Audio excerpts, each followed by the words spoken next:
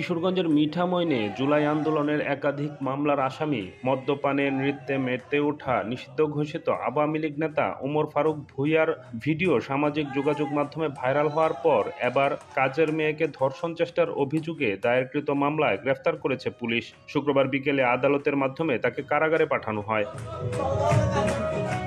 এর আগে দুপুরে উপজেলার ধুবাজুরা গ্রামের বাড়ি থেকে তাকে গ্রেফতার করে পুলিশ।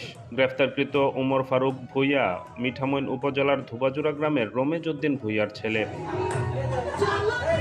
জানা যায়, মিঠামইন থানা পুলিশ জুলাই আন্দোলনের একাধিক মামলার আসামি ওমর ফারুক ভূঁইয়াকে ঘাগড়া বাজার থেকে গ্রেফতার করে আদালতে সোপর্দ করলে আদালত তাকে কারাগারে পাঠায়। পরে তিনি উচ্চ আদালত থেকে ২ মামলায় গত ২৭ জুন জামিন নিয়ে কারাগার থেকে ছাড়া পান। জামিনে বেরিয়ে ওমর ফারুক ভূঁইয়া আওয়ামী লীগ লোকজন নিয়ে রাতে বিভিন্ন গ্রামে গোপন বৈঠক করে বেড়ান এবং নেশাগ্রস্ত হয়ে অসামাজিক কাজে লিপ্ত হন।